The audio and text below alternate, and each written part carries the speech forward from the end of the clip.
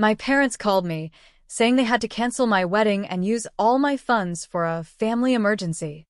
I agreed.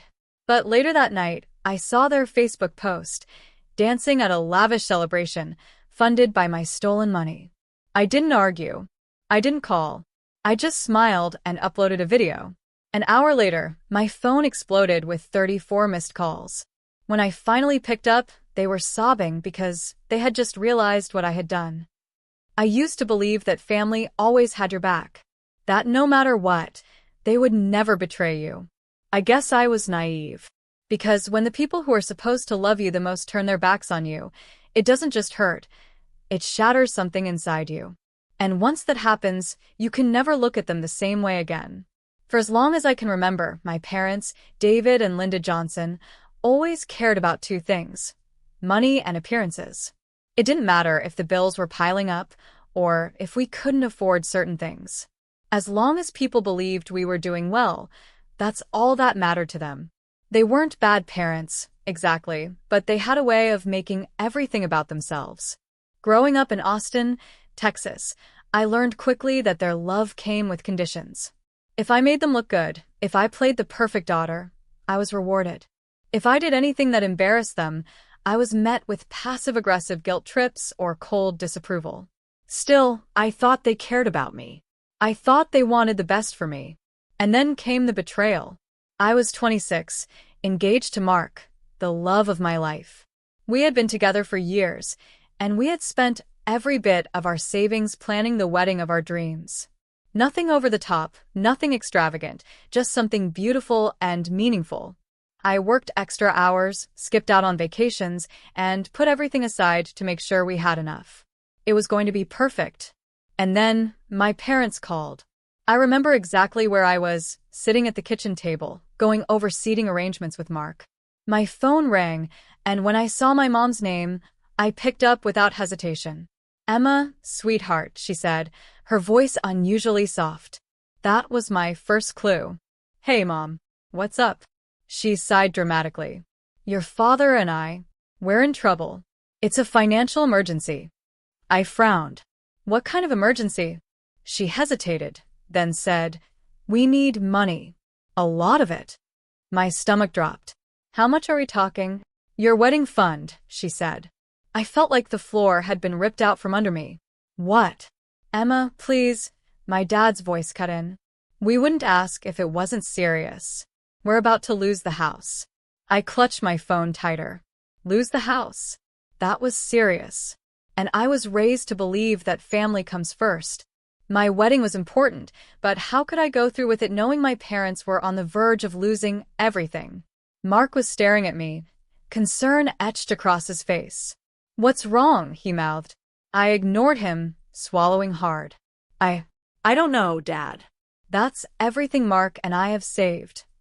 "Emma," my mom interrupted, her voice taking on that familiar, sickly sweet tone she used when she wanted something. "You'll have plenty of time to get married. But if we lose the house, we'll have nothing." Guilt crashed over me.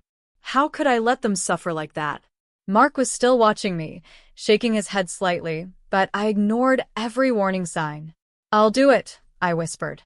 And just like that, everything I had worked for was gone. Mark was devastated, but he didn't blame me. He knew how much I loved my family. He just said, "I hope they appreciate what you're doing for them." Looking back, that was the moment I should have realized the truth. A few weeks passed and my parents seemed fine. Too fine. Asked them about their finances, but they always brushed me off. Then one evening, I was scrolling through Facebook when something stopped me cold. A picture. My parents, standing in front of a massive event hall, dressed in expensive outfits, holding champagne glasses. The caption? "Celebrating 30 years of love and happiness. A night to remember." I clicked on the album. Hundreds of photos. A luxury venue, custom decorations, a live band, gourmet catering, a guest list filled with over 100 people.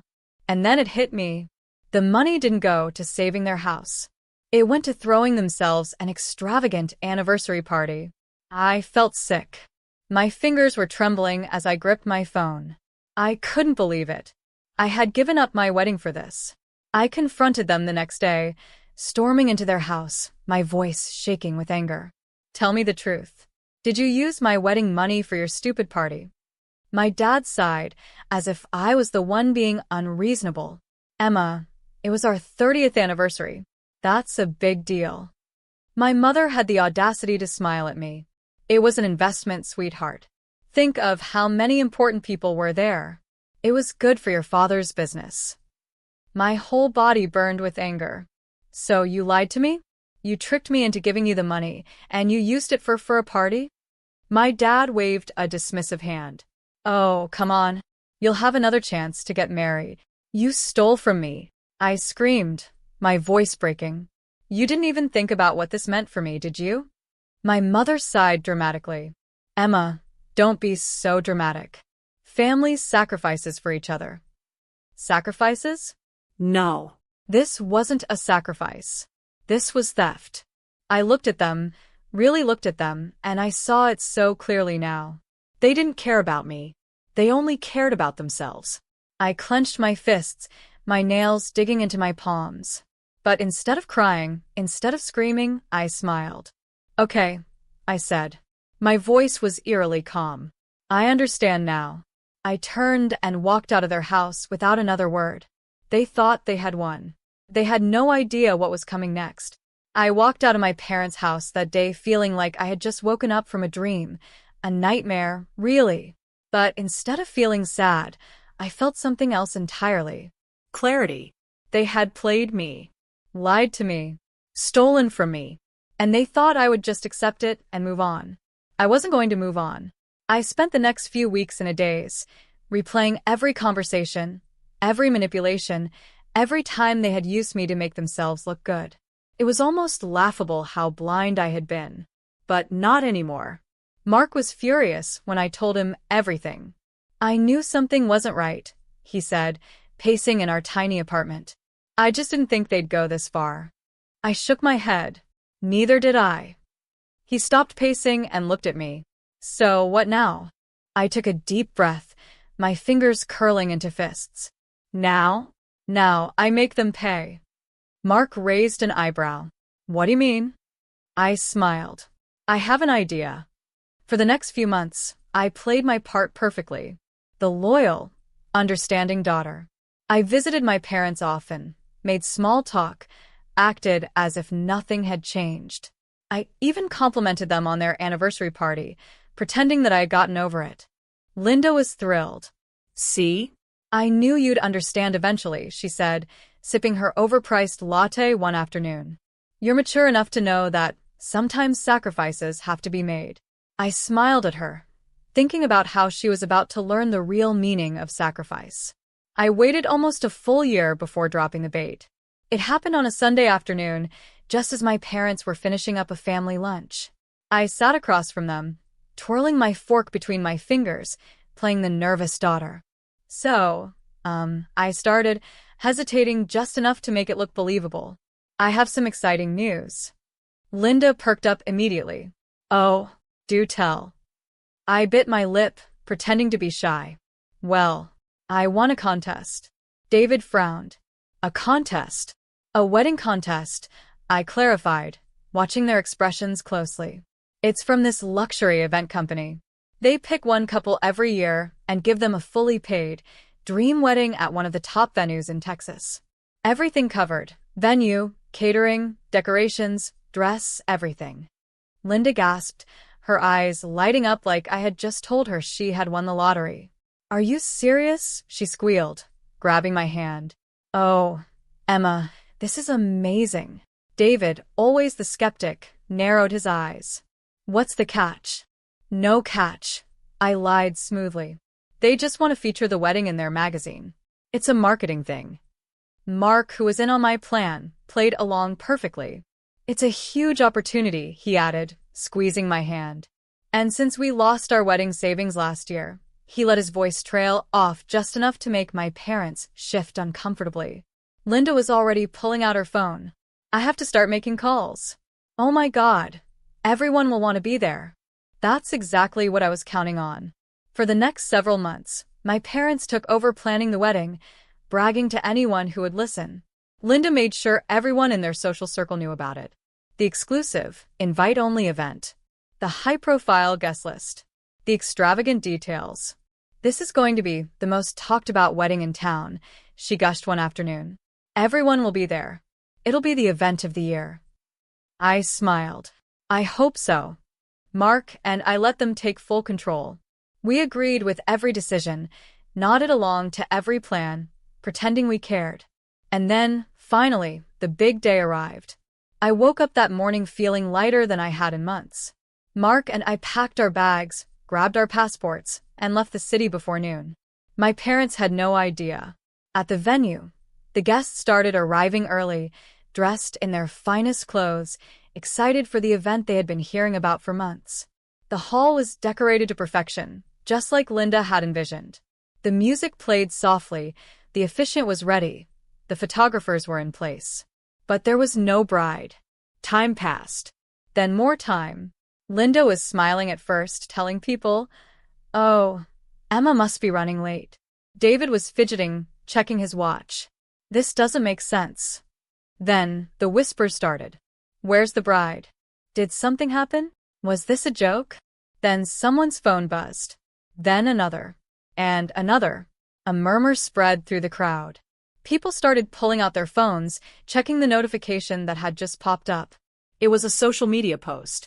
A picture of me and Mark lounging on a tropical beach, sipping cocktails. The caption? "Some celebrations are worth it. Others? Not so much." Gasps. Murmurs. Confusion. Linda's face drained of color. David snatched his phone and stared at the screen in horror. They had thrown a wedding for an event that never existed. And everyone they had tried to impress had just witnessed their downfall. I could only imagine the scene. The whispers turning to full-blown gossip. The embarrassment. The humiliation. The realization that they had been played. That's when my phone rang. It was my mother. I watched it ring, smiled, and let it go to voicemail. Mark clinked his glass against mine. "To new beginnings," he said. I laughed. "To karma." And just like that, I closed the door on my past. They had stolen my wedding. So I stole something much more valuable, their pride. And the best part? They would never live it down. I didn't check my phone for hours. I already knew what I'd find. Missed calls, frantic voicemails, desperate texts. And honestly, I wanted to savor it. Mark and I spent the rest of the day enjoying our private getaway. The sun was warm, the ocean breeze was perfect, and the satisfaction of knowing exactly what was happening back home made everything even sweeter. But by the evening, curiosity got the better of me.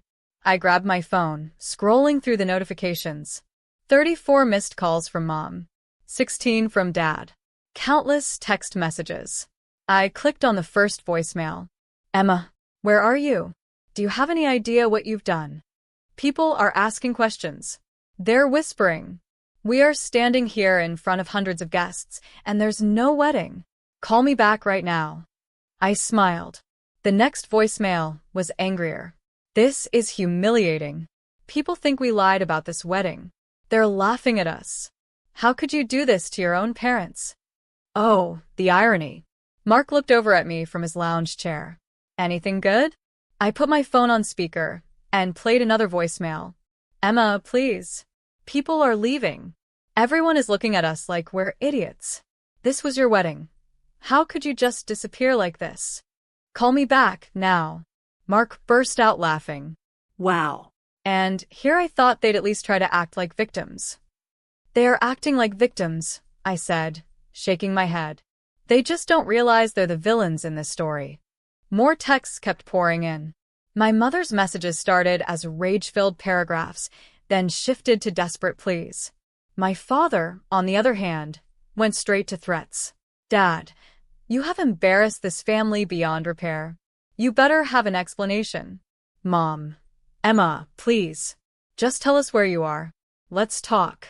"Dad, you think this is funny? I hope you know we're done with you after this. No more family, no more support. You'll regret this." I laughed at that one. No more support? From them? That was hilarious. Mark stretched his arms behind his head. "So, are you going to respond?" I thought about it. Not yet. Because right now, they weren't panicked enough. Instead, I went to social media. The comments under my post were already blowing up. Some people had figured it out immediately. They knew this wasn't an accident. Wait, was this a revenge move? Because if it was, it's genius. OMG, the pettiness, I live for it. Her parents stole her wedding fund, so she stole their dignity. Poetic justice. And then there were the people at the wedding. I drove 2 hours for this. Are you kidding me? No wedding. No explanation. Just silence. The biggest scam of the year. I just watched 2 grown adults crumble in real time. 10 out of 10 drama. Would attend again. I nearly choked laughing at that last one. It was spreading fast. People were realizing what had happened. And with every passing hour, my parents' humiliation was growing. I could picture it so clearly. Linda's panicked face as she tried to keep up appearances, David's fury as he realized he had been outplayed. They had spent a year making this wedding about themselves. And now, everyone knew it. By the next morning, I finally decided to respond. I called my mom first. She picked up immediately. Emma, her voice was raw, panicked. Where are you?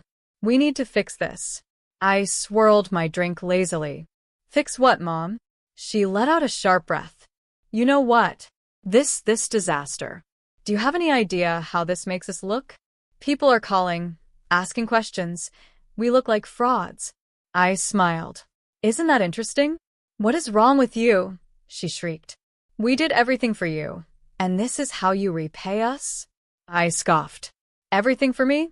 Like lying to me? Stealing from me? Using me? She went quiet for a second. We were just trying to. You were trying to make yourselves look good. I cut in. And it worked. Everyone saw exactly who you are now. Emma, please, she whispered. We need to. But I had already hung up. Next, I called my dad.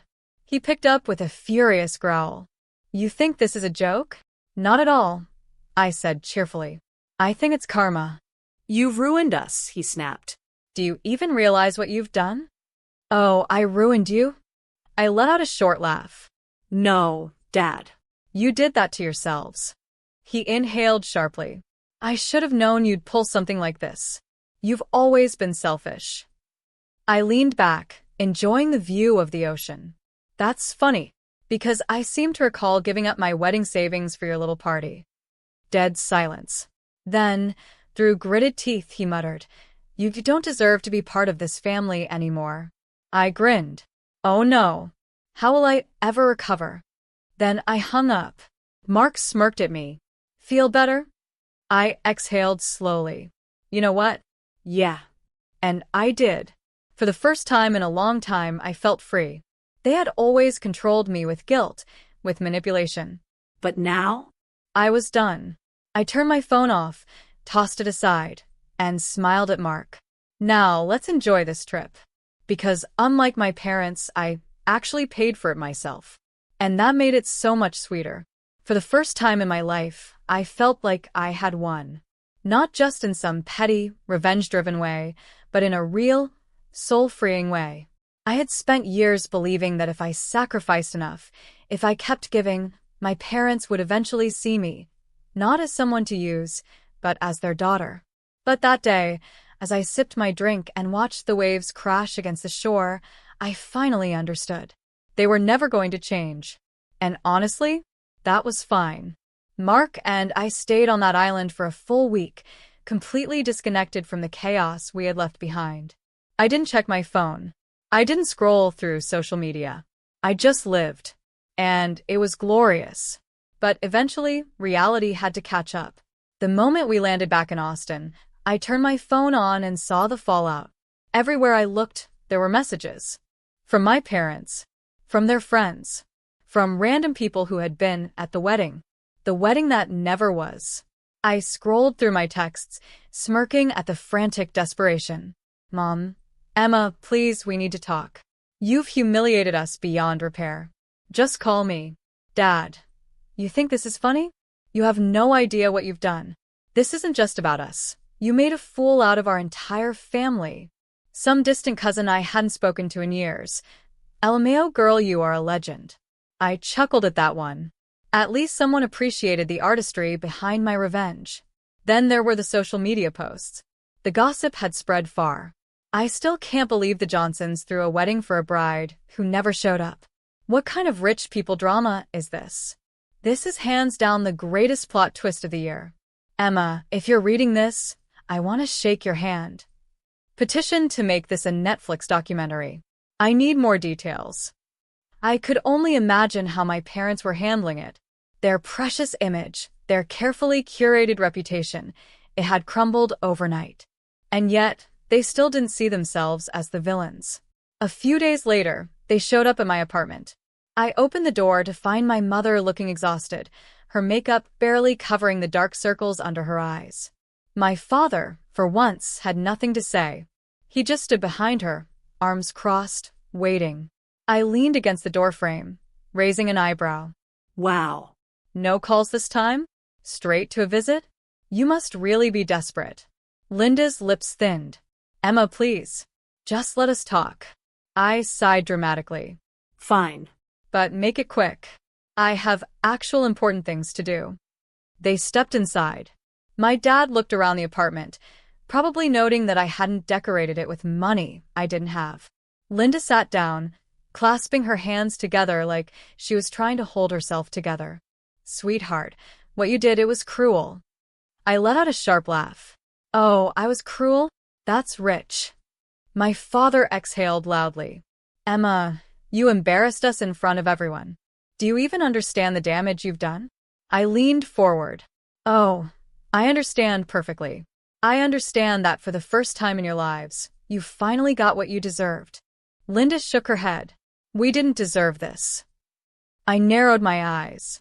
Oh, so stealing my wedding fund and lying about it was fine, but publicly facing the consequences of your actions was too much?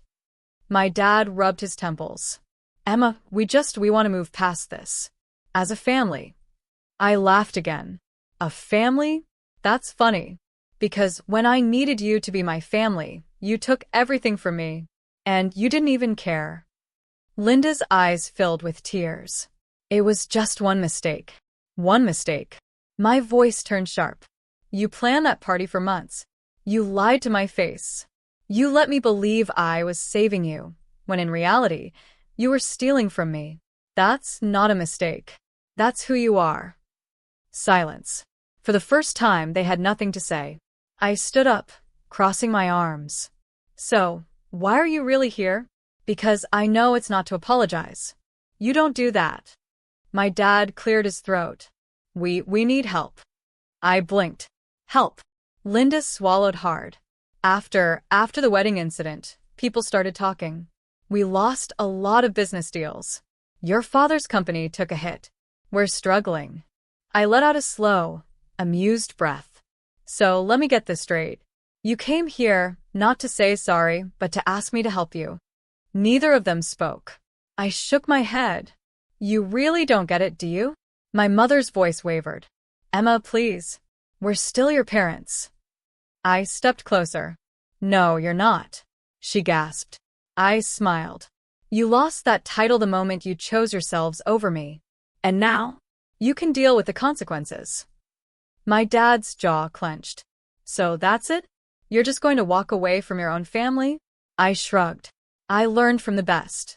Linda let out a choked sob. I opened the door. You should leave. I have nothing more to say to you.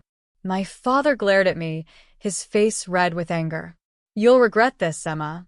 I smiled sweetly. No, Dad. You will. They hesitated, as if waiting for me to change my mind. But I didn't. I wouldn't. Finally, they left. And I never looked back. The thing about people like my parents is that they never think they'll face consequences. They take and take and take until someone makes them stop. I was that someone. I went on to marry Mark exactly the way we wanted. A small, intimate ceremony with the people who actually loved us. My parents weren't invited. And I never regretted it for a second. Because in the end, they took my wedding. So, I took away the one thing they valued most. Their reputation. and it was absolutely worth it.